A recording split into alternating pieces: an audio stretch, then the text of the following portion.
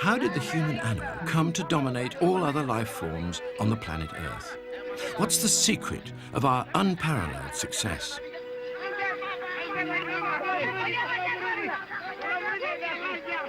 Could it have something to do with the way in which, during the course of our evolution, we radically changed our social behavior, becoming more cooperative as we faced daunting new challenges? In one important respect, we became unique among the primates. We became pack hunters.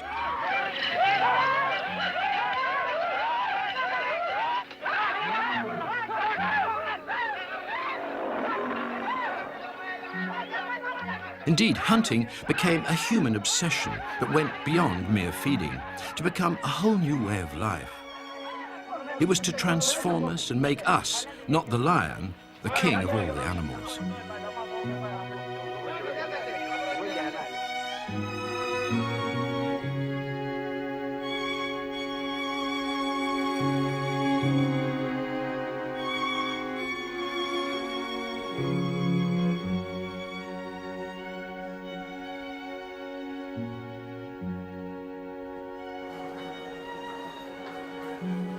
For 1 million years, our ancestors were hunter-gatherers. Now all that has changed. Now we gather everything. We still eat meat, but we no longer have to hunt it down. Instead, we encounter it neatly cleaned and packaged as we forage among the urban branches of our supermarkets, plucking food from the shelves.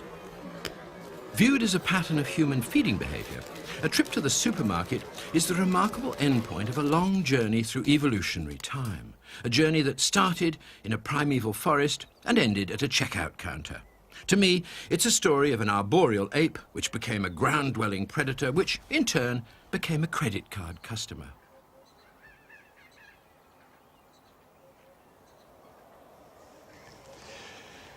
It was working at the zoo back in the 1960s that gave me my unusual approach to the subject of human behavior.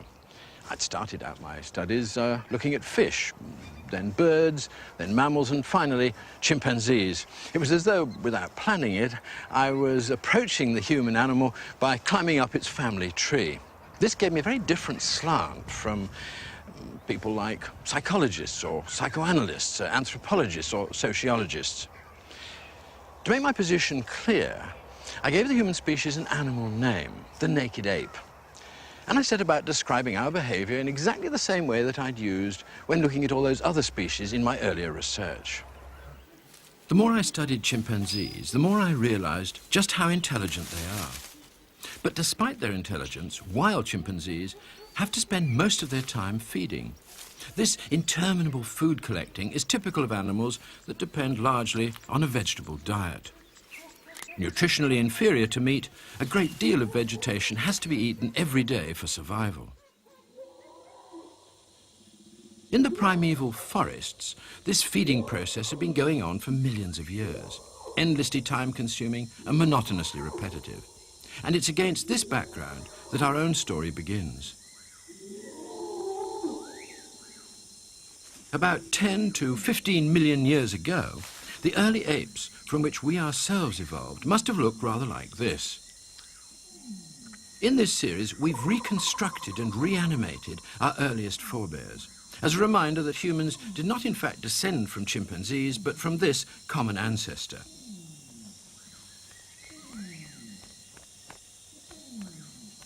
It probably had a similar lifestyle to modern chimps, with fruits, berries and nuts as its main source of food.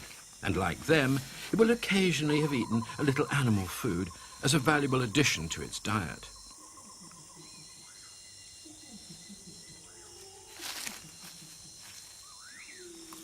Although later this was to change, its original herbivorous lifestyle is one that's left its mark upon us even today.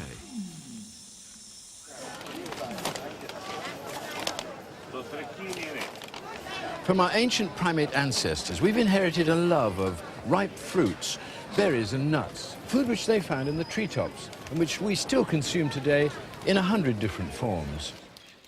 One of the key qualities of this kind of food is its sweet taste. And this has left us with a decidedly sweet tooth. In fact, we're so fond of sweet things that we will search for them everywhere, even at the risk of being stung by angry bees. In some tribal cultures, the craving for honey is so strong that the tastes of as many as 10 different types are distinguished by the expert honey seekers. And it's no accident that the very first alcoholic drink ever created by our species was mead, made, of course, from honey. Another continent, another insect.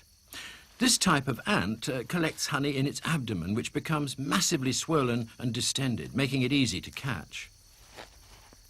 For these native Australians, honey ants are a special delicacy, collected and savoured like small ripe fruits. Everywhere you look in the world, you find evidence of this human devotion to sweetness, inherited from our primate ancestors. And nowhere is it stronger than among our children, as a simple experiment will show. Here, sweet foods are on the left and non-sweet foods on the right. When children are allowed to take anything they want, they fall on the sweet foods and ignore the others.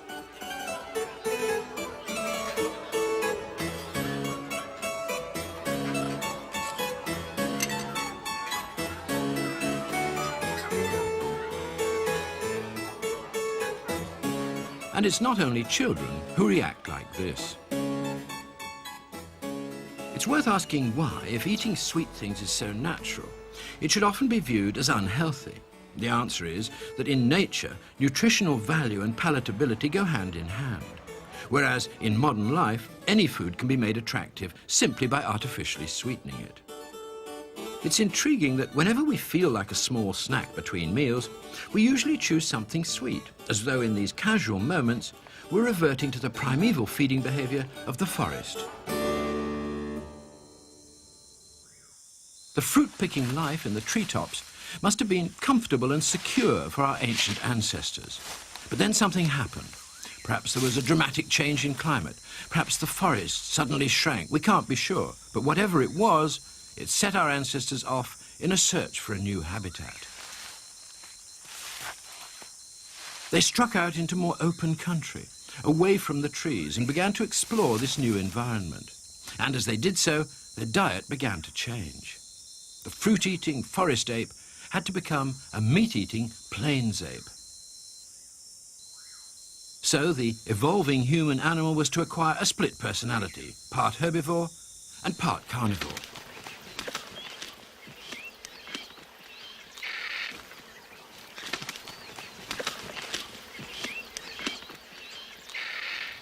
When our ancient ancestors turned to meat eating, they faced a daunting new challenge, because now they were in direct competition with the well-established carnivores, animals with powerful bodies and strong jaws and teeth, animals like this.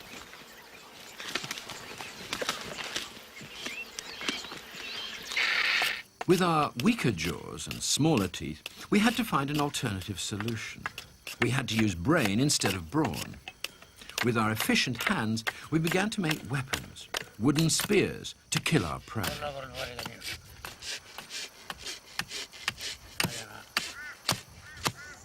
In our early days, the simple act of accurate throwing must have been one of the most essential of all human skills.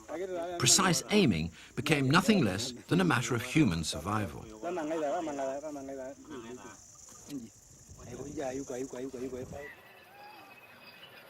And we soon found that we were at our most efficient when we acted together as a hunting pack. Mutual aid on the hunt became another essential feature of our emerging species.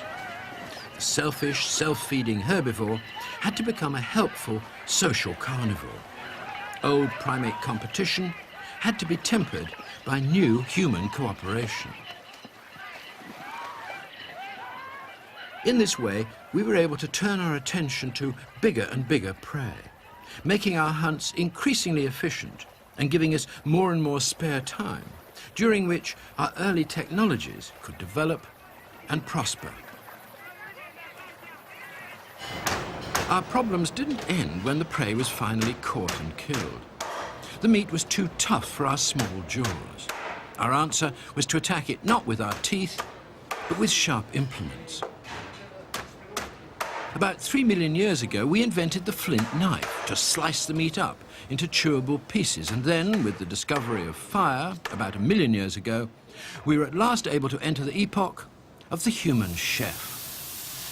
We were able to prepare our meals instead of just bolting them down. We could cook and tenderize and savor the flavor by eating them hot as if fresh from the kill. The hyena may have stronger jaws, but we had better techniques. Sliced and cooked, our meat became as easy to consume as a fruit or a berry. Instead of adapting our teeth to our food, we adapted the food to our teeth.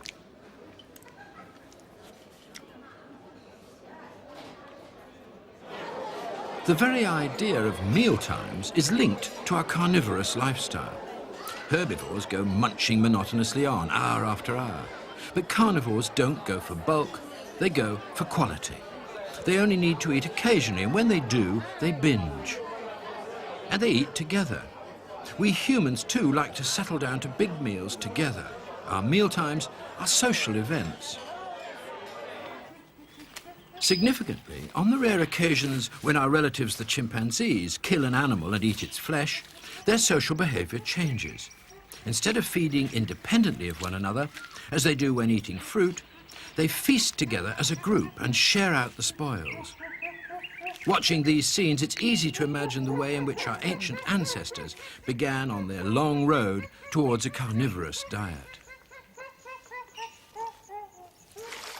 When carnivores kill large prey, there's enough for all. This isn't altruistic, it's simply that there's so much to eat all at once. And for us, food sharing has become fundamental to our social way of life. When we take small, sweet snacks, we're happy to do so alone at any time, anywhere. But when we feast on meat, we tend to gather together at a set time and at a set place. We sit down as a social group, like lions around a kill. The feast becomes a friendly event, binding us together as a group as we fill our bellies. Everywhere you look around the world, you find the same kind of human feeding patterns. The menu may vary, but the events are remarkably similar.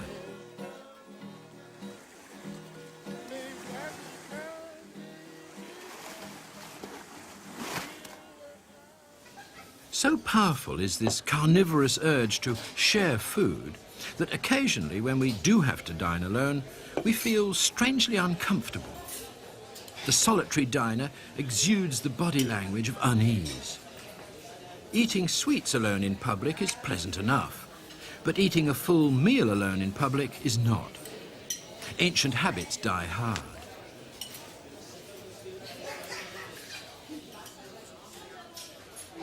The social aspect of feeding is taken to an extreme at the typical cocktail party. Here, people drink when they're not thirsty and eat when they're not hungry. Significantly, most of the food objects on offer are savoury or meaty rather than sweet. The food may only be a token, but it retains the carnivorous character that's in keeping with the sociability of the occasion. Here, the feeding behaviour itself has become perfunctory. The social element of feasting has become so important that the feast itself is reduced to a mere accessory.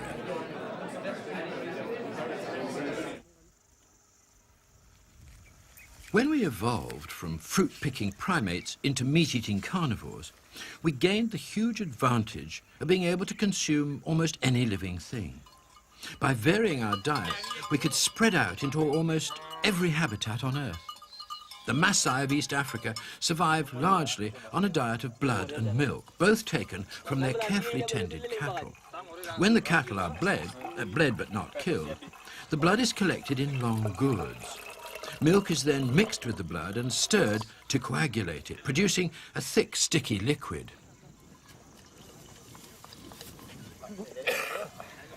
Some of it clings to the stirring sticks and is eaten almost as a solid food. This is a favourite treat for the young children of the tribe.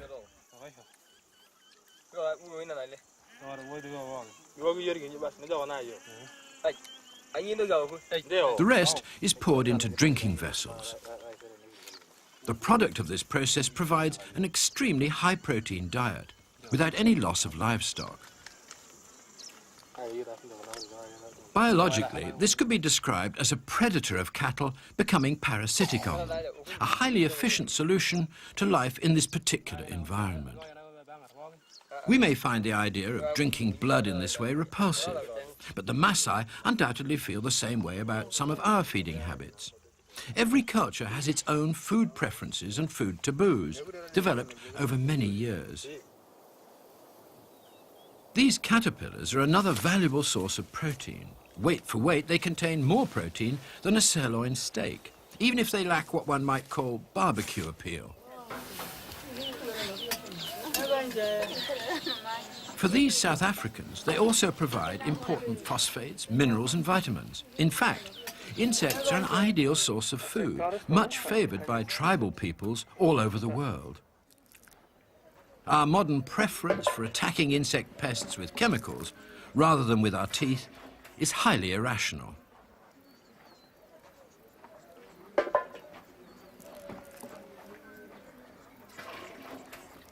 Some cultures prefer to keep animals out of their diet altogether.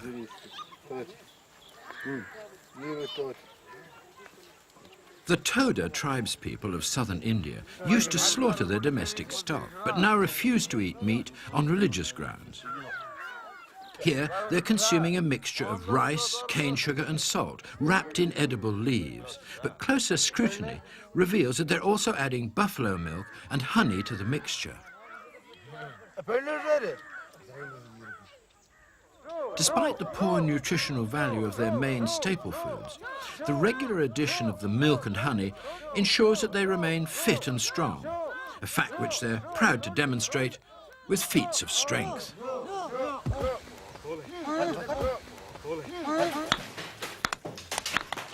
One of the strangest of all human feeding patterns is this, earth-eating.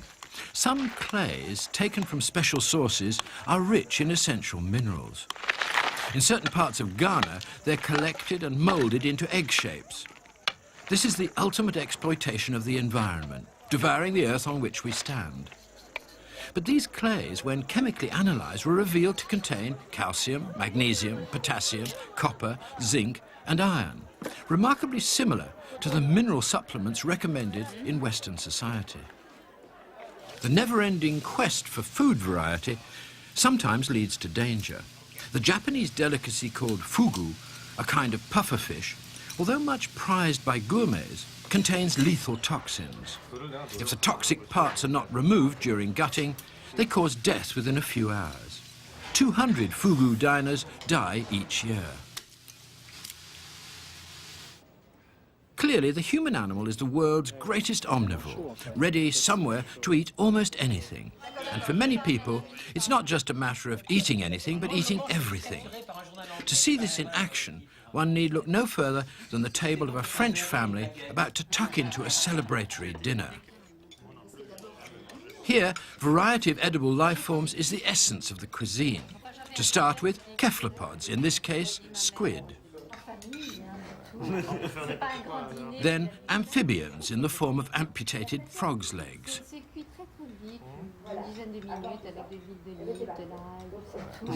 Then marine mollusks, some mussels. Then reptiles as turtle soup. Then gastropods, the inevitable snails. Then crustaceans, more seafood. And echinoderms in the shape of sea urchins, followed by fish, birds, fermented fruit juice, mammals, with root vegetables, fungi, leaf vegetables, decomposing animal fat, and finally fruits and nuts. Given sufficient affluence, we demonstrate with great panache the omnivory that has made us great as a species. The engines are on. 4, 3, 2. No matter where we go now, we can solve the food problem. Even in outer space, we can find a way to nourish our bodies. We've come a long way from the forest trees of our remote ancestors, and our passionately varied diets have taken us into every corner of the globe and beyond. But how did we start this amazing journey? What were the formative stages that were to take us soaring up and away from our animal relatives, leaving them gibbering in the branches while we conquered the skies?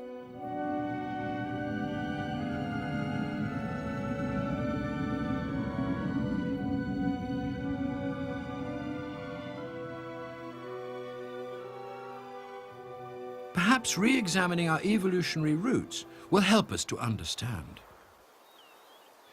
This is where the human story began, millions of years ago, in the heart of Africa.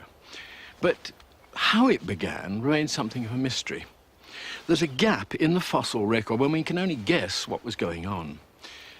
The gap in our knowledge lasts from roughly 4 million to 7 million years ago. We know that apes went into it and ape men came out of it, but that's all we do know. Oh, and the ape men, of course, when they came out, we know what happened to them. There aren't any missing links in the popular sense. We can trace our ancestry back for over 3 million years, and we can see how those ape men turned into modern men. But back in that very early formative stage, that's when the picture becomes vague. Why did we shed our coat of fur, stand up on our hind legs, and start to talk?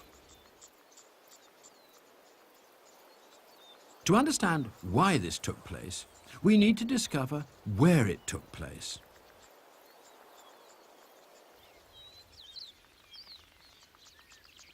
Perhaps it all happened here on the open savanna. The traditional view, and it's only a guess, is that our ancient ancestors left the cover of the forest and moved out onto the open plains in pursuit of large prey animals.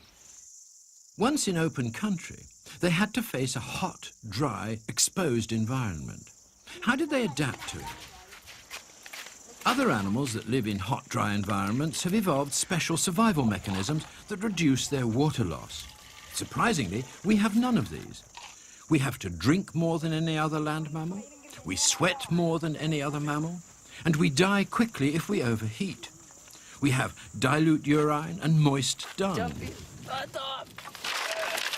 These 5 qualities contrast strongly with the water economy of the typical savanna-living animals. The truth is that we're simply not well adapted to savanna living. So what did we do when we left the protection of the undergrowth? The traditional view of how ape became ape man has recently been challenged. It's thought that there might have been a vital intermediate stage.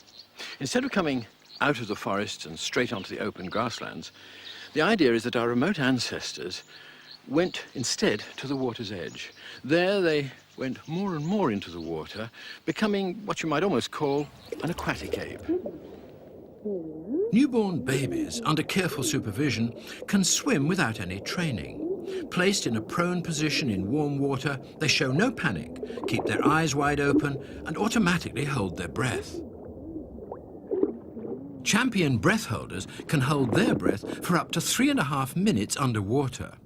This and the swimming ability of the newborn are, to say the least, strange qualities for a savanna-living animal.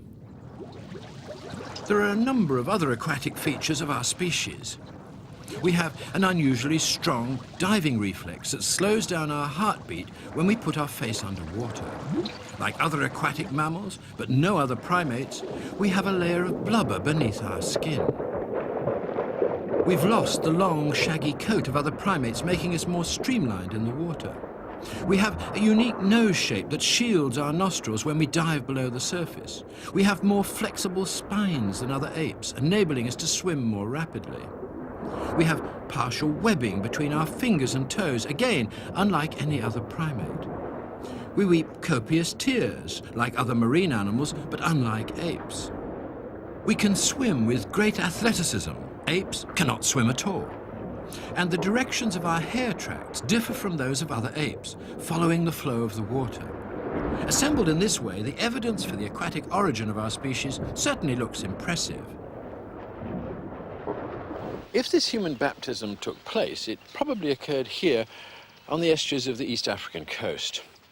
One of the effects of moving into the water for these aquatic apes would have been to find immediately a wonderfully nutritious source of food, a new kind of food, a change from the fruits of the forest to the fruits de mer.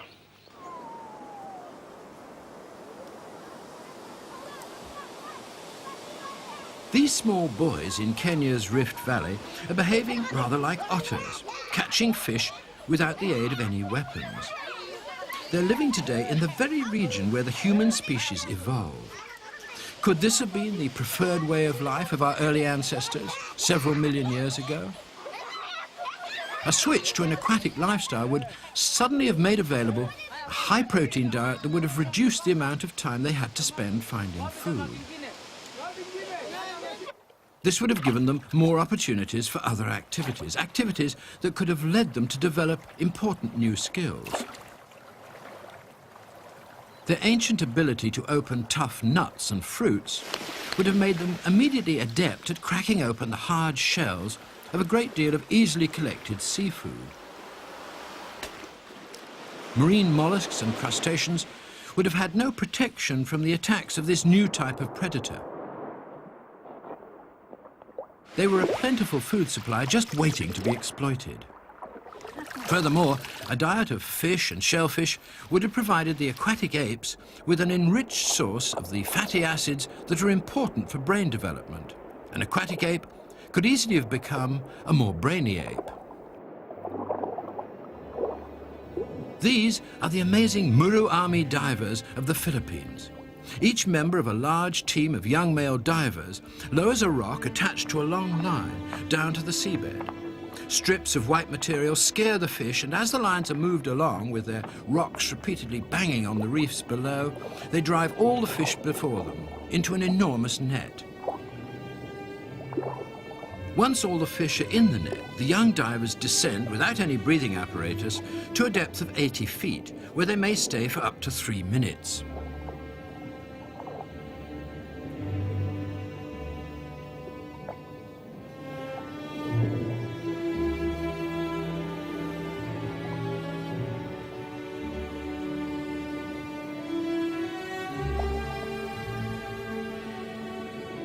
In the earliest days of the human story, cooperative fishing could easily have been the first step on the road towards efficient pack hunting and our eventual role as successful land predators.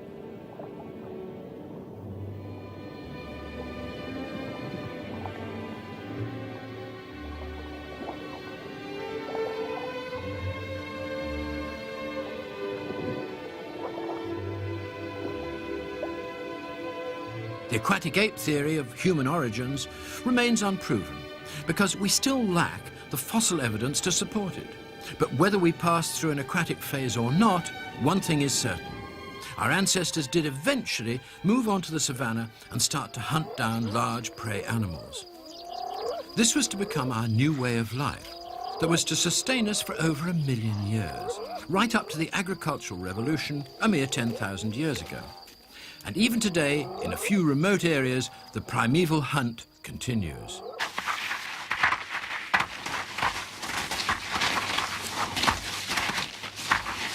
These are caribou, roaming the desolate lands of the far north of Canada. For native Canadians, these deer are an essential source of food. For them, caribou hunting is a matter of survival. When the dog-rib people set off on the chase, the outcome may make the difference between starvation and plenty. The moment of departure is full of happy anticipation, anticipation of feasting to come. The hunt goes through its characteristic stages. There's the long journey to the hunting grounds, then the initial search for the herd. The first sighting of them in the far distance is reassuring, but they're in open country where they can't be approached.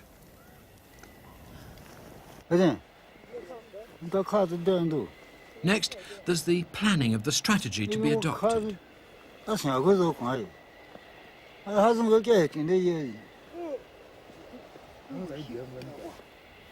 Now, there's more group cooperation as the tactics of the assault are put into action.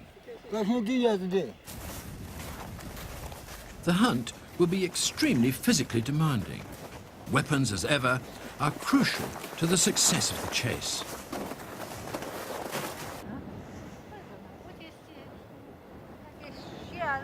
The women who accompany the hunt do not take an active part in the kill. While the men are stalking the herd, they search for berries in this desolate place, following in the ancient footsteps of the primeval food gatherers. Like wolves encircling their prey, the hunters move in close, in wooded territory, for a clean kill.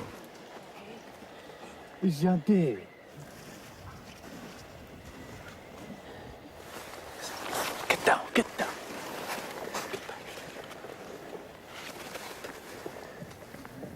But unlike wolves, their communication is complex and their strategy sophisticated. As with all carnivorous hunters, good long-distance vision is crucial to their success.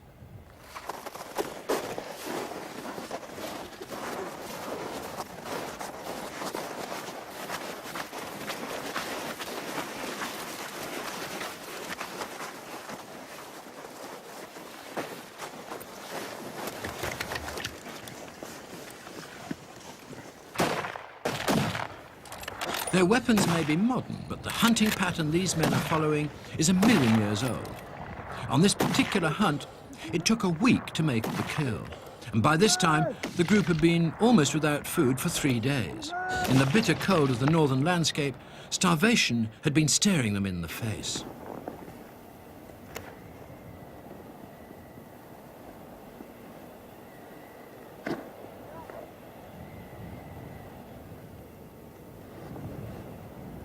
After the kill, the carcass is cut up and prepared, ready to be carried back to the community.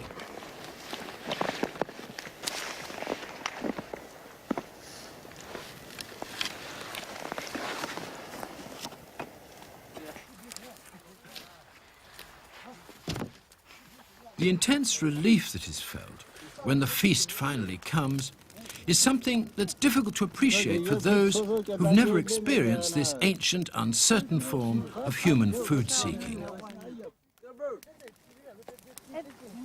It's easy to understand why, 10,000 years ago, we started to give up this way of life and turned instead to the security and the predictability of farming, of controlling the wild animals and making certain that they were always around to provide us with guaranteed regular meals. But it has to be admitted, there was something bravely hazardous about the hunt. With the advent of agriculture, the drama of the chase was lost. Only the dog rib and a few other remote hunting societies remain now, to remind us of the earlier way of life.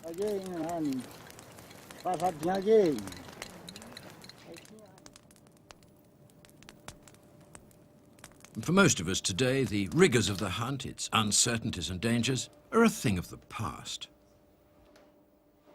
Nowadays, all we have to face is a trip to the local supermarket. So what happened to our inborn hunting urges? Where did they go in the modern world? The primeval act of setting off on a hunt has acquired a new name.